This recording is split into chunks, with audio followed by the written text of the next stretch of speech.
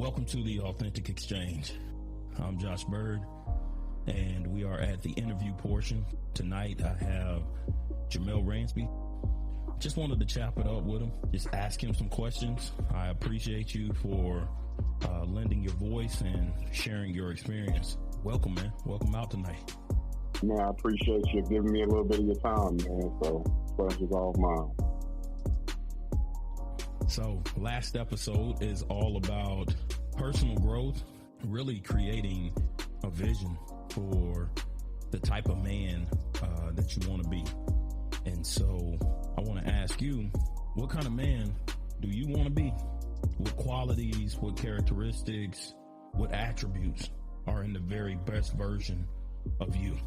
I want to be a man who walks in everything I do with purpose. I've kind of always try to stand on integrity.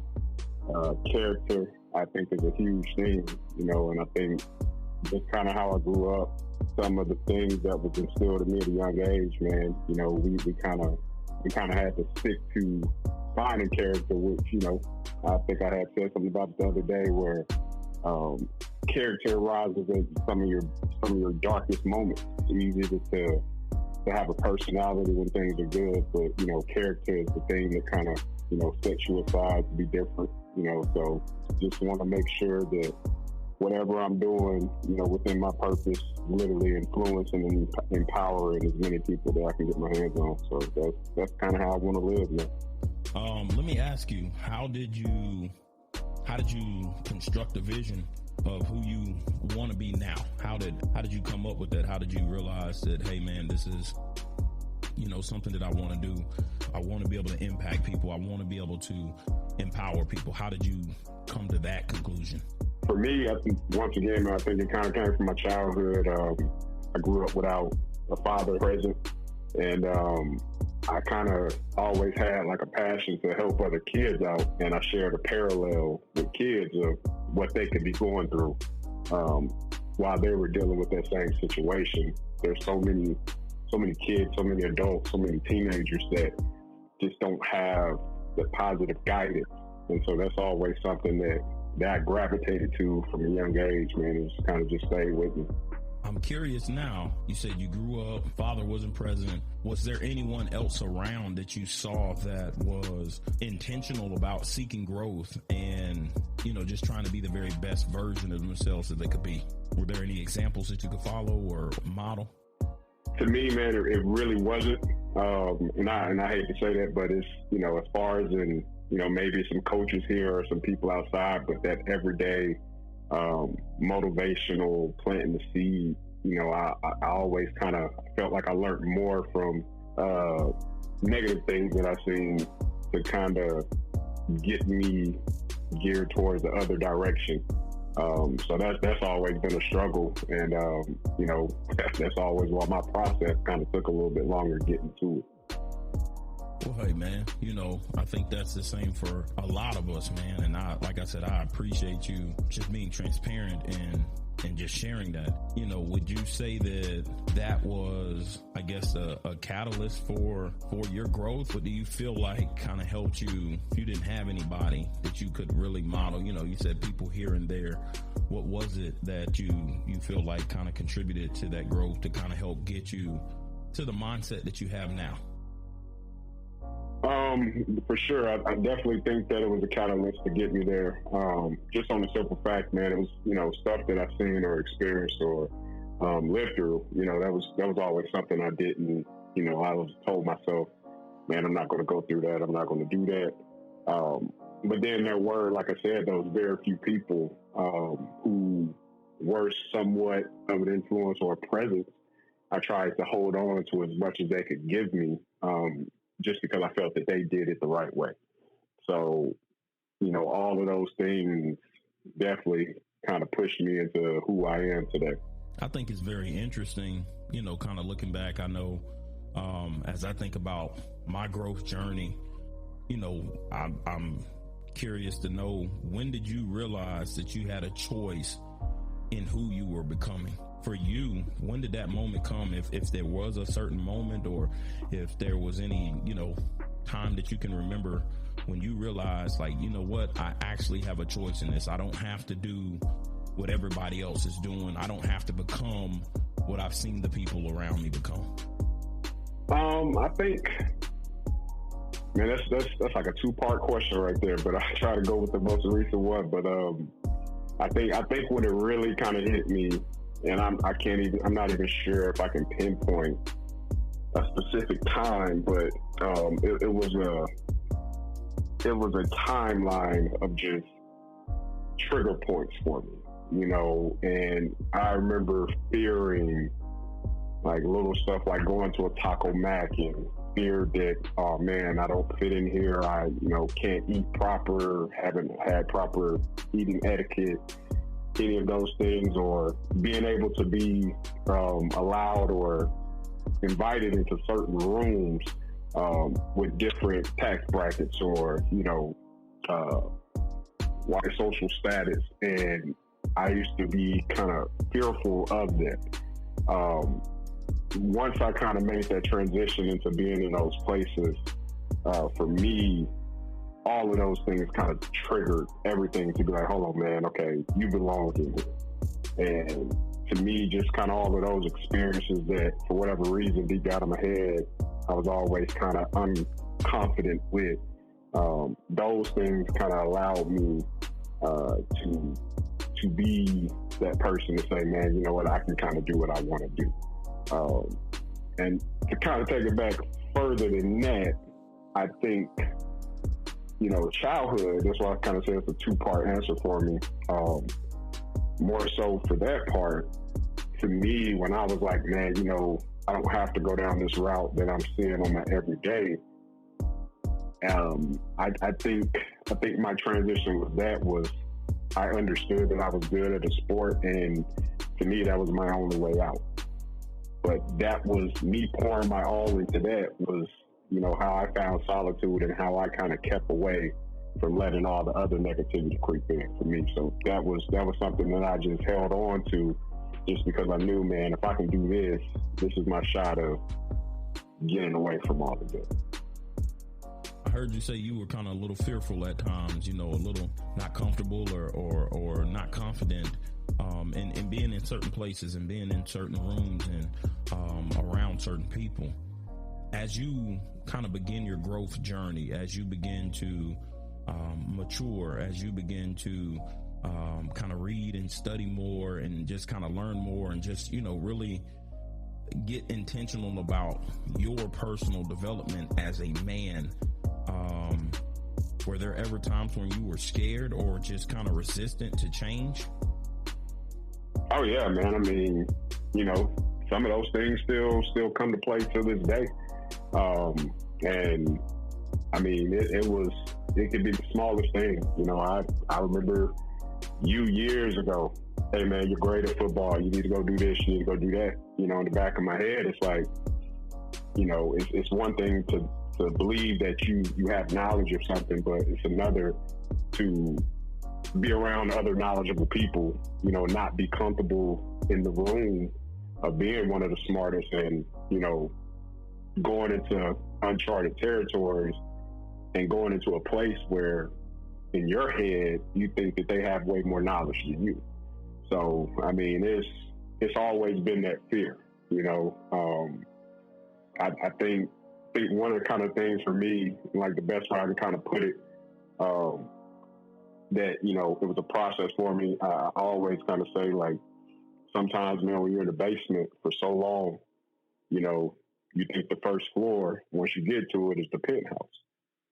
So, you know, and it's like, soon as you get to that first floor, it's like you're kind of always, man, as long as I'm just doing better than what I've seen, I'm doing great. And then it's like when you get to that level and, you know, you're kind of complacent of like, man, I made it. Then it's like, you ain't doing this. You know, you got to get your credit right. You need to get the, you know, it's just a whole nother level to everything else. So like, it's definitely always been a fear factor just because of lack of knowledge, lack of financial literature. I mean, and so on and forth that, you know, that I didn't receive. And I don't know if that was your case too, but like, you know, for me, it was just a lot of stuff I had to learn on the fly in order to help gain my confidence. Yeah, I would agree 100%. I mean, for me, the whole idea, the whole concept of growing and, you know, making a conscious choice and just deciding to take ownership of my life and who I was becoming, who I am becoming, and the man that I'm developing into, it was scary. It was very scary because for me, it challenged a lot of ideas. It challenged a lot of the conditioning that I received as a kid.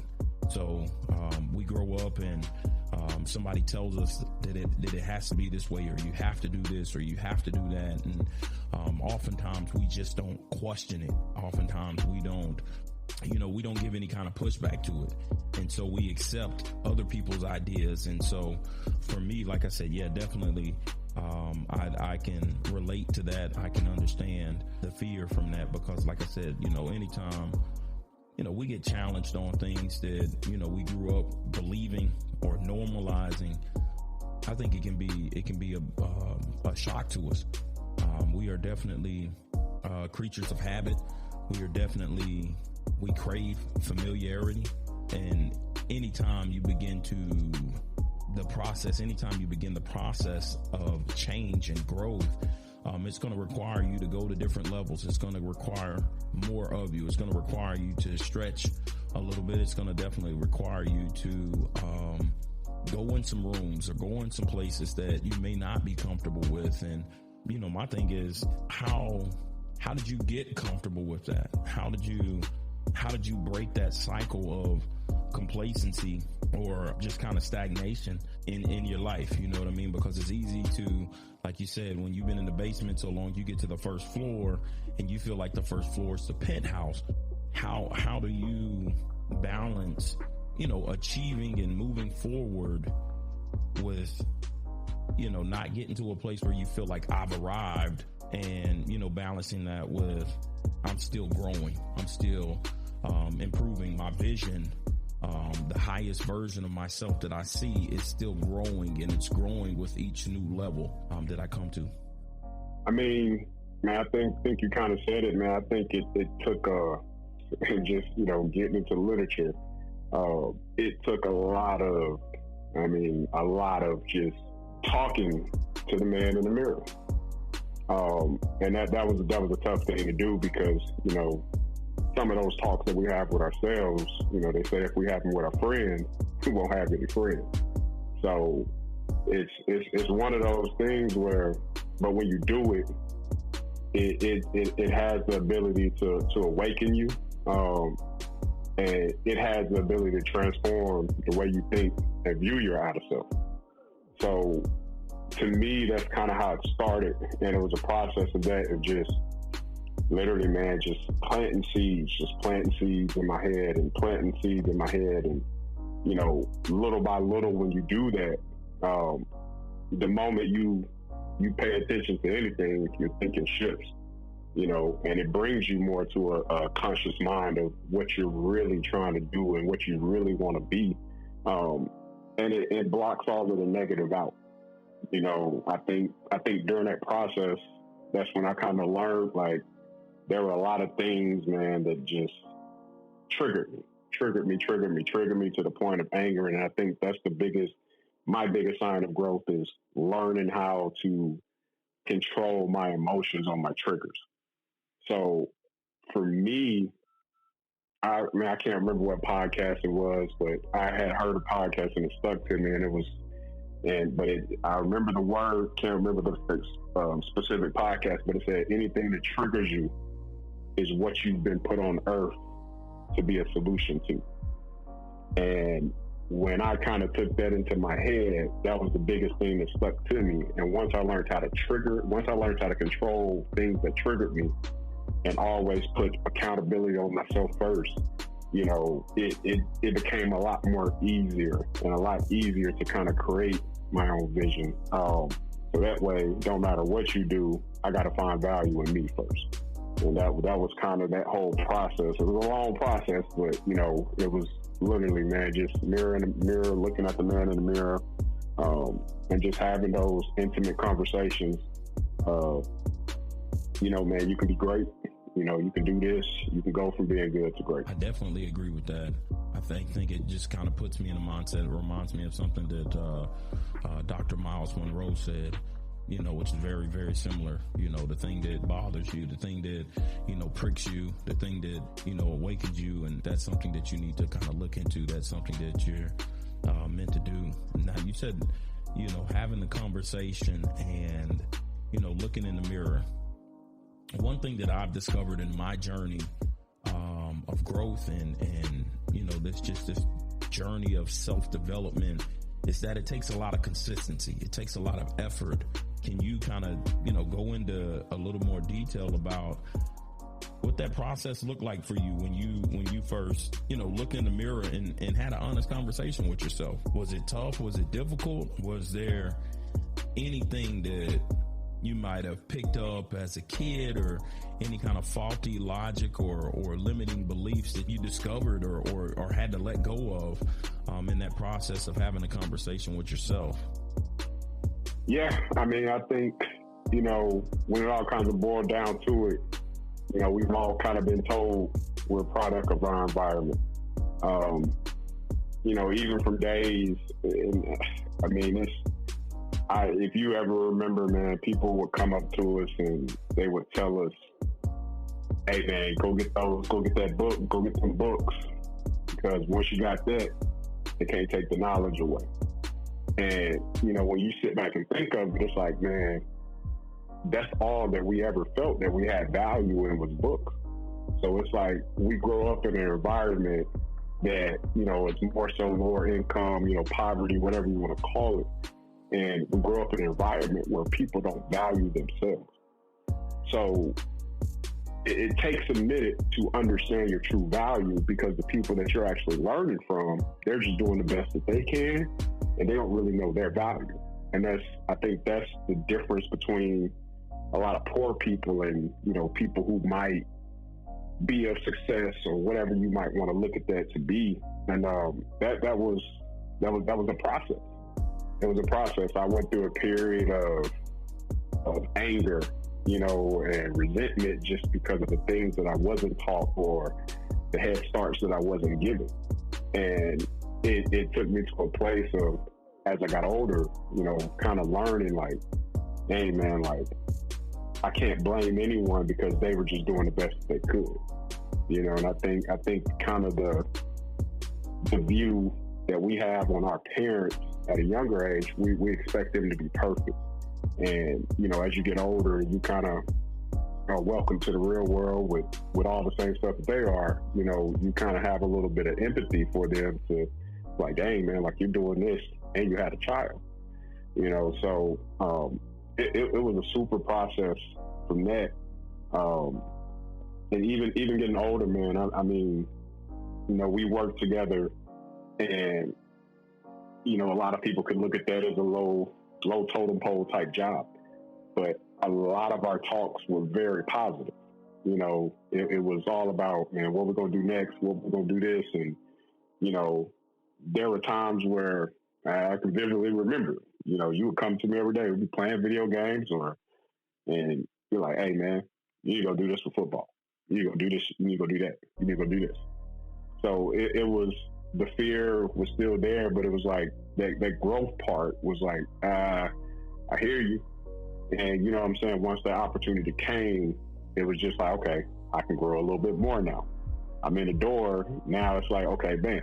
And even to this day, like, even yourself, you're like, hey, you go do this, you go do this with it now. But it's a little bit more easier for me to take it now, because now I've gotten to the point where, man, you know what? You're right. Like, I can do that. Where prior, it was all a big dream that I couldn't fathom to reach. So it was just a lot of growth, man, just from that standpoint. So let me ask you, because I think you just made you made a hell of a point, man, when you said you recognize that you have to have some empathy for the adults and the parents that are in our lives, the people that as children, as kids, as teenagers and such, that we look up to. Oftentimes in our case, there were tons of people around us that did not value themselves. what helped you discover your value? What created that awareness, that moment, that, that aha, like, man, you know what? I actually do have value. I do have something that I can contribute. I do have something that is of meaning, of value that I can give to the world, that I can give to others, that I can share with others. What helped you discover that? Literally just isolating myself, and I know that sounds bad, but for me, that was the only thing that I could do. I had to isolate. I had to distance myself and go on uncharted waters to go fit in different rooms and learn different things and get comfortable. That was, it wasn't any magic pill or anything. It was just, I had to go. I felt like I had to go seek more information. I had to go be uncomfortable in a room of what I might have felt at the time were smarter people. And that's kind of how I got to that point. So when it comes to kind of distancing yourself, kind of isolating yourself, you're not saying isolating yourself as in being by yourself or whatever, but you're saying isolating in terms of getting away from the familiar, kind of going toward the unknown and really, seeking and trying to discover more, trying to learn from other people. I know for me, that was extremely challenging because I felt like, for me, a lot of what I had known was comfortable and, again, familiar to me. Okay, I know this, I see this, and I guess, I don't know if you felt this way, but, I was reluctant to kind of disassociate from people or feel like I had to kind of leave people behind in my pursuit of growth. And as I've matured, I've kind of understood that, like, hey, sometimes you're going to have to leave some people behind, and that's not leave them and just, leave them for dead or whatever. But it's more so, hey, man, I can't stop my growth. I can't limit, my development just because it's more comfortable to be around you. You know what? I can give you a hand and help you up and help you on this journey, and we can go together hand in hand. But if you're not pursuing growth the way that I'm pursuing growth, then I'm cool with just, letting it be what it is. And so I'm curious, was that ever, an issue for you? Did you ever have any reluctance in kind of going out and seeking that different knowledge and going to different places, because sometimes it causes us to disassociate with some of the people that we know and some of the things that are familiar to us. And I know for me, I kind of looked at it and was like, man, are people going to say I changed, or he's this or he's that, kind of that fear of how it'll be received. How was that? I didn't really have a fear of how it would be received.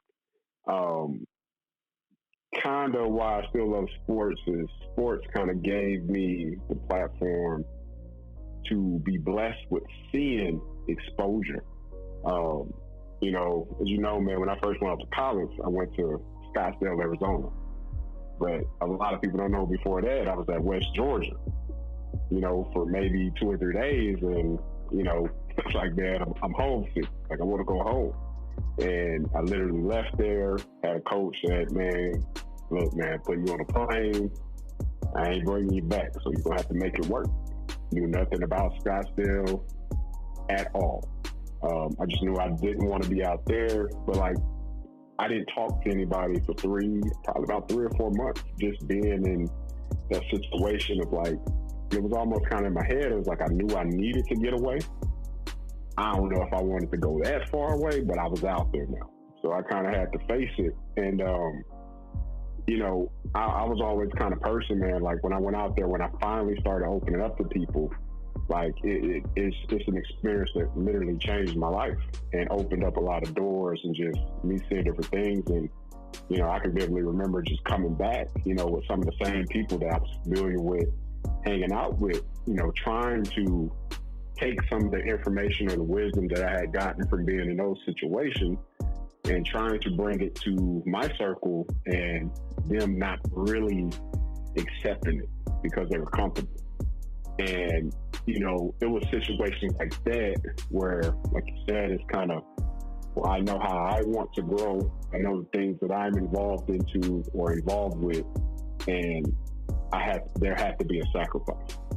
And it had nothing to do with, I didn't like these people. Like, it was just, you have to be around like-minded people. But at the end of the day, like, you have to kind of focus. You got to make sure you're good so you can pour into more people. Absolutely agree. I think that we use the word sacrifice and it sounds like bad, but, you know, one thing that I say is self-love, self-care, is not selfish. And I say that in the sense that I love me enough to value my growth and my development over, you know, staying comfortable and, you know, just hanging out with somebody and not seeking the very best out of life that I can achieve. Now, let me ask you this, man. You know, one question that I ask in the podcast this week is, are you comfortable with who you are now and who you are becoming? Are you happy? Are you satisfied with the man that you are now and, you know, the vision that you have created and what you're striving for in the future? I am, you know, and I can honestly say that just because, I mean, as you know, man, you know, once you actually, you know, go through that process of creating that vision, you simplify your life. You know, your vision ends up becoming your circle of friends. It becomes how you use your time, how you use your energy. So it makes everything super simple.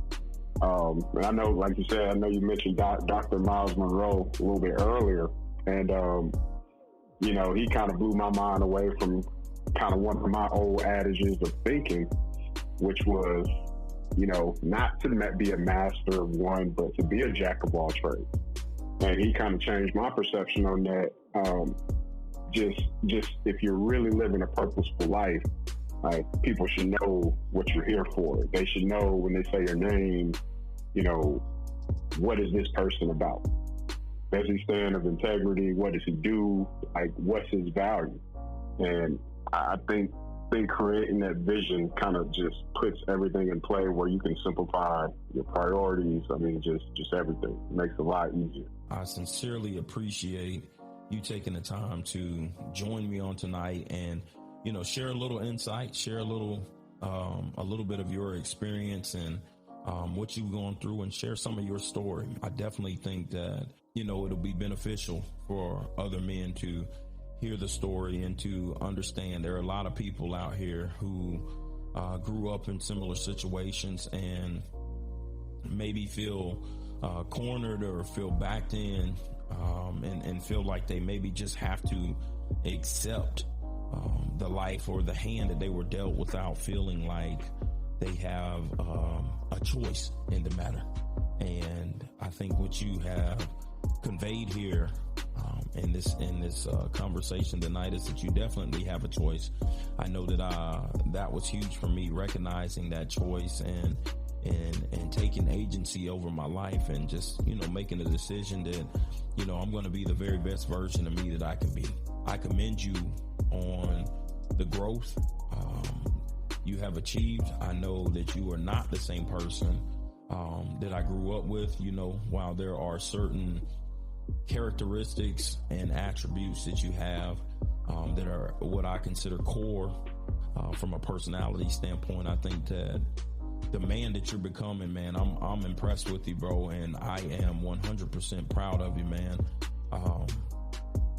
I love you, man, and I'm proud of the impact that you're having on the lives of the young people that you're touching, man, through sports, man, and you know, I encourage you to keep doing what you're doing, man. You know, keep making that impact, man.